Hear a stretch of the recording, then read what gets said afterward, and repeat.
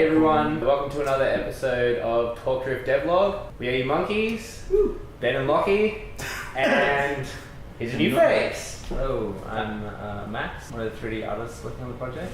So I do a lot of the stuff to get the cars into the game. I did a lot of environmental stuff earlier on in the project. That's pretty cool. And you've been around since the start. Yeah. That was too early. But yeah.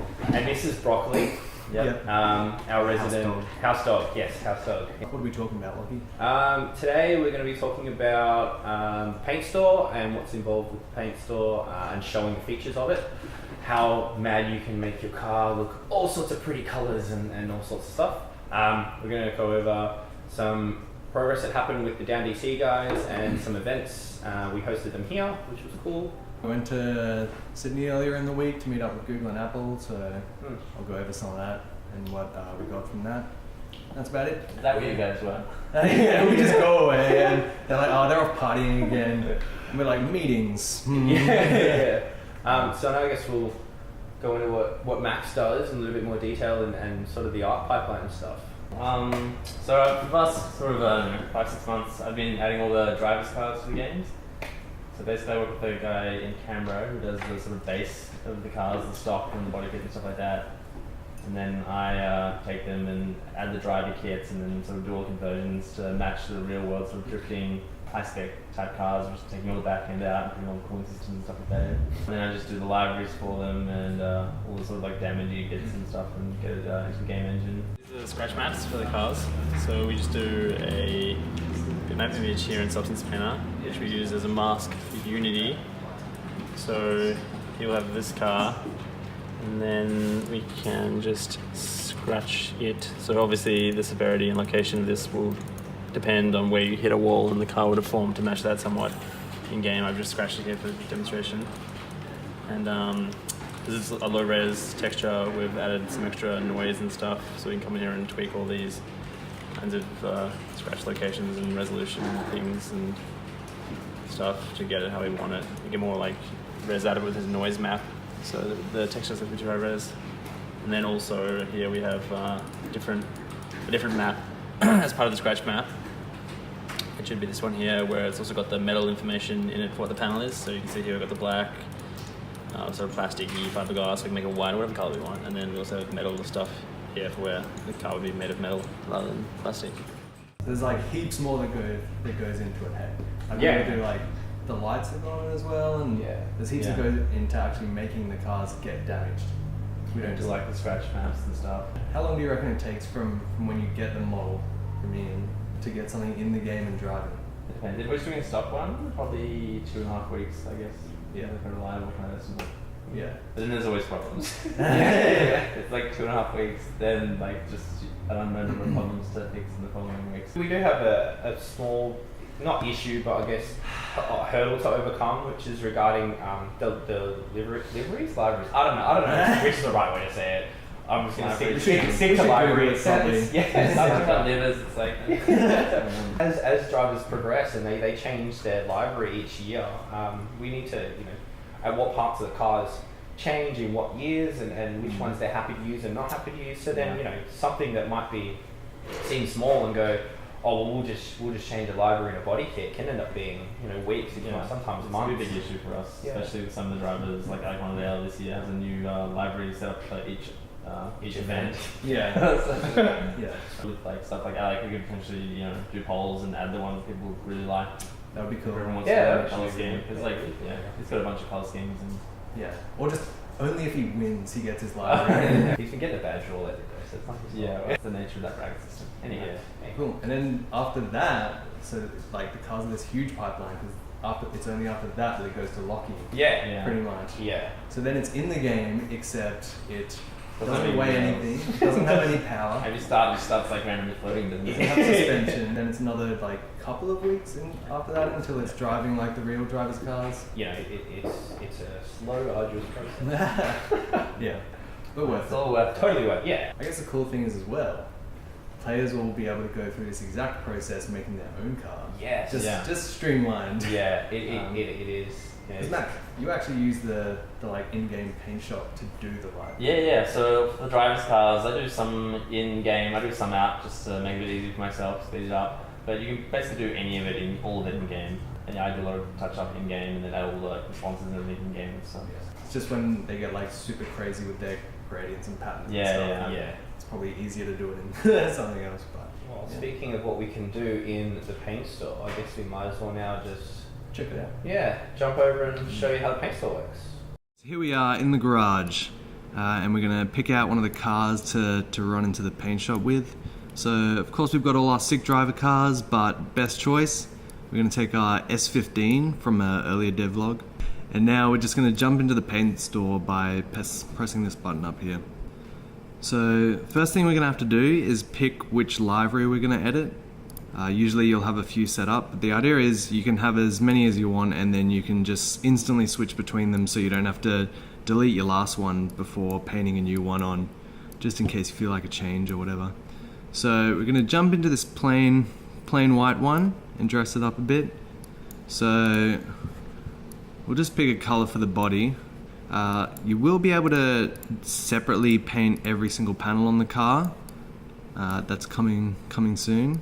But that'll be cool, just in case you want to mix it up on the separate panels or make it look like you've lost your doors and you've got some replacements or something. So we're just gonna, I don't know, grab a dark color one so we can put a lot of color on it with our paint. So once you've got the color set, we've got this layer system. So everything you paint on will be separate and you can just layer it up one at a time and then go back and edit any little bit at any time. So we'll grab a new layer, and at the moment we're just using some basic shapes. So you've got your shapes and your logos, and you'll be able to unlock a couple of more things, some more custom decals, some more interesting shapes. But we're gonna go with just setting up a cool sort of bottom layer with the shapes, and then we'll whack some logos on top to make it look cool. Once you've picked your shape, got a bunch of just random ones here. Say we want the square. Then you've got all these tools that you can use to edit the brush that you're using. So you can resize it, enlarge it, customize as much as you want. And then we have a few other powerful tools here that let you do pretty much whatever you want. The main one you're going to use is probably the mirror tool.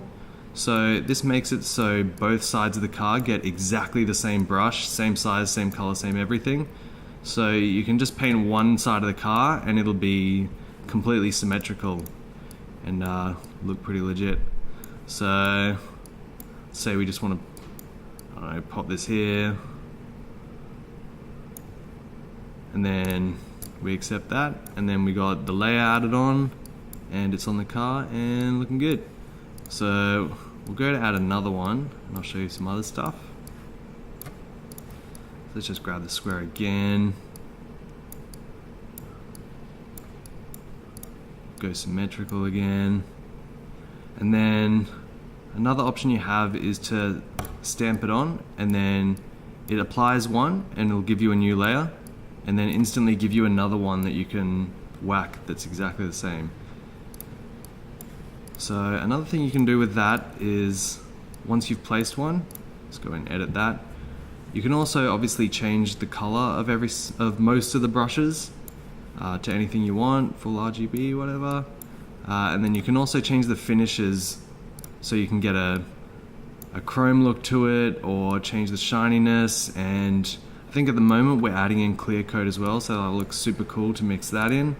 We'll go matte with this one, stamp it, and then we'll change the finish, make it chrome, make it shiny, and then you can have some cool sort of doubled up looks. So I'll whack on a bunch of these shapes, I'll whack some logos on top, give me 5 minutes and we'll see if we can make something look cool.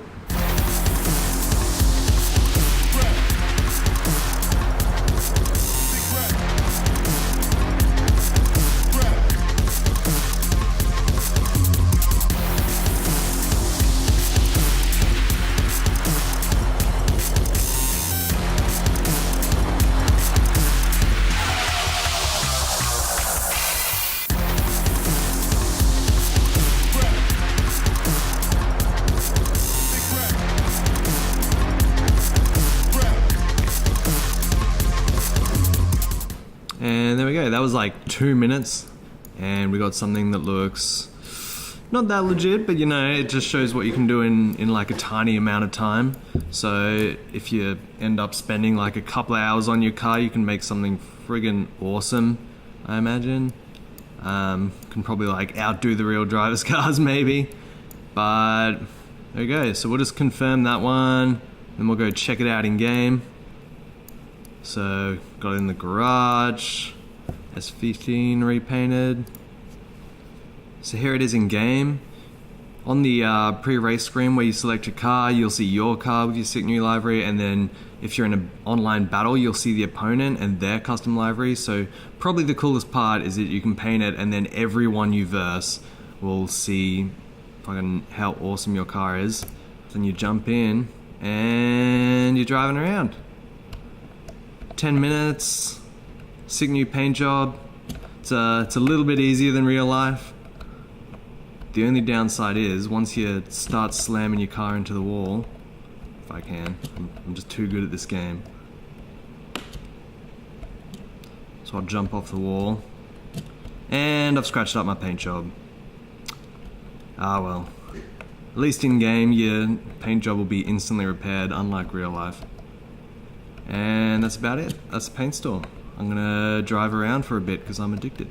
So that was the paint store features and the paint store in a whole.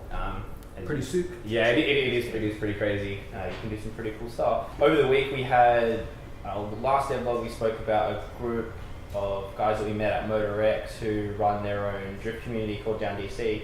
We actually had them over this week to talk about, show them the game and talk about getting involved with them and starting some conversations. That actually went quite well and quite promising, to the point where we're actually hosting a joint event with them in July. And this is sort of just a way for us and the team to kind of explore drifting and actually get track time with all the the cars that we've got in the shop, and making sure that we can sort of make it as accurate as possible by physically doing what we're doing. You'll be drifting, Lockie? I will definitely be drifting. You'll be drifting, Max? I'm gonna be there. I'm not sure if I'll be drifting too well, but I'll be in the driving seat doing something. Yeah, same with me. Yeah, stalling, spinning out, those kinds of things. I have faith. I didn't ride last time, but I I can- say I was quite drifting. I can- like the figure eights going. I can drift in game, which is 100% going to translate straight to real world drifting. It I does. just fly straight to Estonia right now and jump on. Yeah. I'm on the ride car. It's a direct tutorial, right? You play this, you can drift. That's it. So yeah, this event is going to see as sort of a private event for the community, and by community I mean the drift group and ourselves, with the goal to have further events that we actually have publicly. Which I think will definitely happen sort of by the end of the year, especially around release time, which would be really cool. Yeah, let's mention some stuff for that. Do we talk about that? No, we can't. Sounds no, We can't talk about that. We want to do something cool around Yeah. release time. Yeah, there will We'll be. see how that goes. What happened in Sydney then? So me, Billy, who's not here, and Aaron went to Sydney earlier in the week. It was mainly for a Google App Summit sort of thing, which was all about how to. Yeah. So it was all about like marketing, putting your game out on their platform, all the services they provide, that sort of stuff. And then they had some talks from other developers and just some helpful stuff, which is pretty cool. It was pretty much what we imagined. We got some good stuff out of it, especially a lot of like in-depth analytics stuff of what Google uses. So when Google uses it, it's pretty good. Yeah. So we've actually like started using some of that already. Because they don't feel Because, busy. I'm the only person that gets excited about this, but so we got some new graphs to show some cool stuff. But I guess the bigger thing that we get out of going to this sort of stuff is, of course, meeting the Google guys, and then also we took the chance, because we're in Sydney, to go to Apple as well. So we just, because we're going to be on both their platforms, we just showed them the game, showed them where we're at, played through. Yeah, that's the main thing, and just every time they want to know when it's released as well, which is always a good sign. Well, it's been a long time since that kind of conversation has really sort of happened, and they've seen any kind of progress in the game, hasn't it? Yeah. Well, it takes a long time to make a game, and you sort of, I don't know what the best time is to start having those conversations, because we've started having them, but it's still a couple of months out, so it's Yeah. still kind of a little bit early, but it's good to sort of get it done and just get it started. So that should be good. And it was my first time in Sydney. But it was, Really? Yeah. It was. I've been in the airport before, but yeah, it was pissing with rain. Oh. But regardless, it looked like a nice city. I didn't see that much. It is definitely better in summer. Yeah. All those things are. Yeah. Yeah. And then straight back to work on the next day. Yeah, it was 3 a.m. till midnight, and then I was late the next day. Yeah. Let's just say that. Fair enough. Yeah. I wasn't late after being back in the US. No, yeah. So I land straight to work. But that's the US, it's different. Okay. I don't know how It's yeah. I guess it doesn't pay payout. So fair Yeah. Just a quick update with the cars. We had the auto elect come through to look at the 180. Initially, it seemed to be quite bad, where the auto elect said, "Well, I didn't know that this was in this kind of state," and we had a few conversations about it, and then ended up just ripping the old loom out. It's currently now being spliced to make a new one because there was some interesting wiring choices being done. So I just got confirmation earlier that we probably have the new loom installed by Thursday next week. So the aim is to have the car drivable by June the event where we 1st. want to be Yeah. drifting. Oh, yeah, We're doing a little test run before that. So Yeah, by mid-June it'll be wired, then it's got to go to the tuners and be tuned within 2 weeks before it's on the track at the start of July. So it's going to be a pretty tight schedule. it's like a real Formula D. Exactly. Yeah. We also had some, we didn't actually put out any fillers for questions, I think last Devlog, I'm not sure, did we? So there's been a lot of following in the last couple of weeks with our Instagram and our Facebook. Yeah, a couple of drivers shared stuff. Yeah. So the game's not out yet. It will be out around the end of the year. We don't like putting specific dates on things because it. I like labeling. Yeah. Well, it can Some cause us millennials. it can cause us limitations moving forward. You know, if we don't meet a deadline, you as players might get upset that we haven't met that deadline, and we think it's better that it was the ballpark of the end of the year. We have a rough idea, but then like at that point, if there's still stuff we can do to make it awesome with a little bit of work, we'll take that little bit of extra Why time. is every rock can tell you why the day before this? Yeah. Or at least 3 days before this. And personally, I think that's better. You know, I think it means if you take an extra month to make the product, 20% better, making a change, which does happen. You know, you might sit there going, "No, that's ridiculous," but that actually does happen. So, yeah, if we can do it, we will. Yeah. There will be a beta in around 2 weeks. Closed beta? Closed beta. That means Sorry, yeah, beta take it. basically means we have to send out invites for it. So it'll be like a couple thousand. I think it's 1,000 on Google and 1,000 on Apple. Yep. I think we'll start with Apple and then soon after start the Google one. But if you want to sign up for that to try and get an invite for it, which is coming up in a couple of weeks, go on greasemonkeygames.com. Yep. Our website. We'll post it on Facebook and stuff as well. Yeah. Go to the bottom and go to sign up for newsletter, and then we'll have your email, and then we'll send you an invite so you can start playing ASAP. And we'll put all those links in the description in the video and the comments below. Yeah. And finally, the game will be out on PC and console, not at the same time as mobile, but about a year or so post-release of mobile. So yeah, 2019. 2019 ballpark is when it's going to be. Full steering wheel, sport compatible, the whole shebangs. Cool. I think that's about it. That's it. Thanks for tuning in. Well, Catches. catch you.